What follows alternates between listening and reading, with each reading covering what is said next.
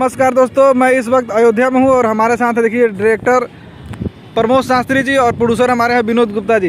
विनोद जी बहुत बहुत स्वागत है, कैसे हैं आप? बहुत अच्छे हैं संजय भाई। और ये श्री राम की नगरी में और राम की पेड़ी पे हम आज इसमें एक सॉन्ग का कल्लू जी और काजल जी का शूट करने जा रहे हैं प्रमोद जी के नेतृत्व में।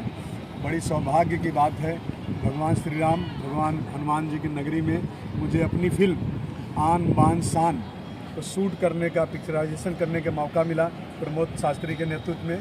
इसके लिए मैं भगवान श्री राम जी को और हनुमान जी को पहले सादर में प्रणाम करता हूँ। बहुत ही पावन तीर्थ स्थल है प्रमोद जी, आपका नाम भी जुड़ा हुआ शास्त्री हैं आप।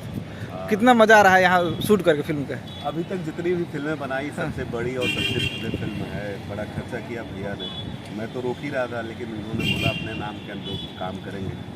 इस लेवल पे बहुत बड़ी बनाई है और अयोध्या वाकई प्रशासन की तरफ से देख लें या लोकल लोगों की तरफ से देख लें, बहुत ही अधिक सहयोग है। किसी ने कहीं किसी जगह के लिए शूटिंग करने के लिए मना नहीं किया। अभी आप देखेंगे तो आज राम की पेड़ी पर हैं, कल कॉलेज में थे और जहाँ भी ज़रूरत पड़ती है, जैसे अभी दोपहर में ही हम जाएंगे कनक भवन में शूटिंग करने के लिए। वहाँ के पुजारी जी ने भी बोला कि आके शूट कर लीजिए। किसी ने कोई पैसा नहीं मांगा, किसी ने कोई मतलब किसी भी अन्य तरह की कोई बात नहीं करी और पूरा सहयोग किया है। तो ये बड़ी अच्छी प्रमोद जी, पिक्चर का नाम है आन बान शान, क्या कहती है फिल्म? पिक्चर का नाम ही आन बान शान है। तो हाँ। उसमें मुझे उसका मतलब समझना है, मेरे दर्शकों को जरा बताइए।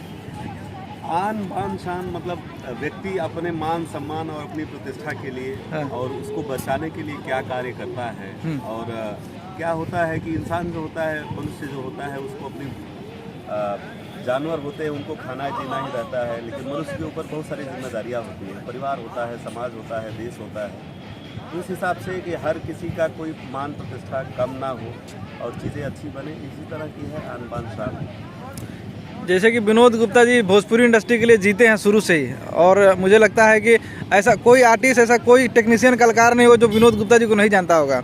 इतने बड़े बड़े डायरेक्टर भोजपुरी इंडस्ट्री में हैं, लेकिन सिर्फ प्रमोद शास्त्री को इस बार उन्होंने फाइनल किया। क्या कुछ रीजन रहा होगा? आप भी बड़े बड़े बोल रहे हैं तो जो बड़े बड़े होंगे भाई, हमारे तो सारे डायरेक्टर। और सुना है कि बहुत हाई बजट आपने इसमें लिया है।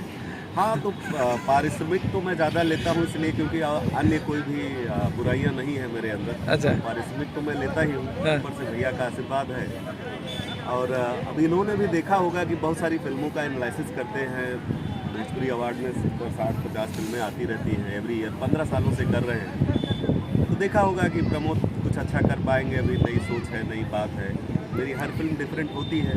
भैया ने भी 2-3 फिल्में मेरी देखी हुई है, इसके हिसाब से सोचा होगा। ये तो इनका डिसीजन है, ज़्यादा अच्छा बता सकते। विनोद जी आप ही बता दीजिए कैसे इनका सिलेक्शन हुआ डायरेक्टर साहब का?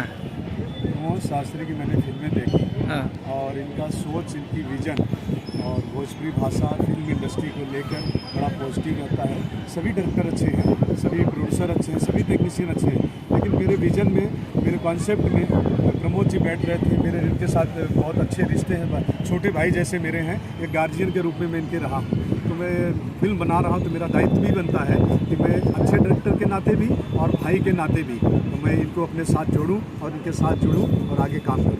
तो मैं अब आया हूँ तो काम करने के लिए आया हूँ। फिल्म में आर्टिस्ट का सिलेक्शन कैसे आपने किया है?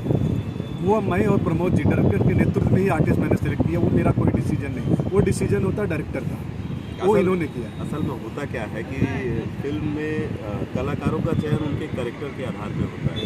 हर डायरेक्टर का अपना एक विज़न होता है, स्क्रिप्ट की अपनी एक डिमांड होती है कि इस तरह का कैरेक्टर है तो हमारे इंडस्ट्री में कौन सा कलाकार है जिसको बेहतर तरीके से कर सकता है। कुछ ऐसे भी कलाकार हैं जिनसे हमने बात किया लेकिन उनके पास डेटे नहीं थी, अदर चीज़ें भी थी। तो बहुत सारी चीज़ें जो सबके साथ होता है वो हमारे साथ भी होता है। लेकिन अच्छी बात है कि किसी भी कलाकार का सिलेक्शन जो है हमारे लिए प्लस ही रहा है। हमने जिनको भी सिलेक्ट किया उन्होंने अपना काम बाखूबी किया, बड़ी डिसिप्लिन में किया और समय पर किया। और समय पर करके अभी तो ऑलमोस्ट सारे कलाकार जा चुके हैं। अभी हीरो और हीरोइन बचे हुए हैं। जरा हम कलाकार का सबका नाम जानना चाहेंगे। अरविंद अकेला, कल्लू जी हैं, काजल यादव हैं, इसके अलावा अवधेश मिश्रा जी हैं, मनोज टाइगर जी हैं, देव सिंह मेरे all time favourite actor, Shailendra Shrivastava ji हैं और रमेश नौटियाल जी हैं जो उत्तराखंड की फिल्मों में बहुत अच्छा काम करते हैं, बहुत बड़े हैं। जैसे हमारे यहाँ अवधेश मिश्रा जी हैं वैसे ही नौटियाल साहब हैं, वो भी हैं। इसके अलावा भी बहुत सारे हैं, अनीता रावत जी हैं और बहुत सारे कलाकार हैं, कितना नाम लें। बहुत बड़ी फिल्म है। कुछ कलाकारों का नाम आप भी बता दीजिए सर, तो आपको डायरेक्टर साहब ने सारे कलाकारों के नाम बता दिया, बस जो छूट गए हैं उसका नाम ले लीजिए। बस हो गया। हो गया। बहुत सारे आर्टिस्ट हैं, गिनती में। सभी अच्छा। कलाकार हमारे लिए सम्माननीय है, हमको किस किस का नाम बताऊं? अच्छा, आज जो 13 दिसंबर है, अभी शूटिंग कब तक चलेगी आपकी? आज भगवान श्री राम की नगरी में आज मेरा समापन का दिन है और बड़ी खुशी हो रही है कि आज के दिन मेरा छोटा भाई यंग पियारो जो भोजपुरी इंडस्ट्री के लिए लड़ता है, झगड़ता है, अच्छा सोच लेके चलता है, तो इंडस्ट्री को बढ़ावा देता है, संजय पटियाला जी भी यहाँ आया मेरा भाई, इससे ज़्यादा खुशी और क्या हो सकती है लास्ट डे।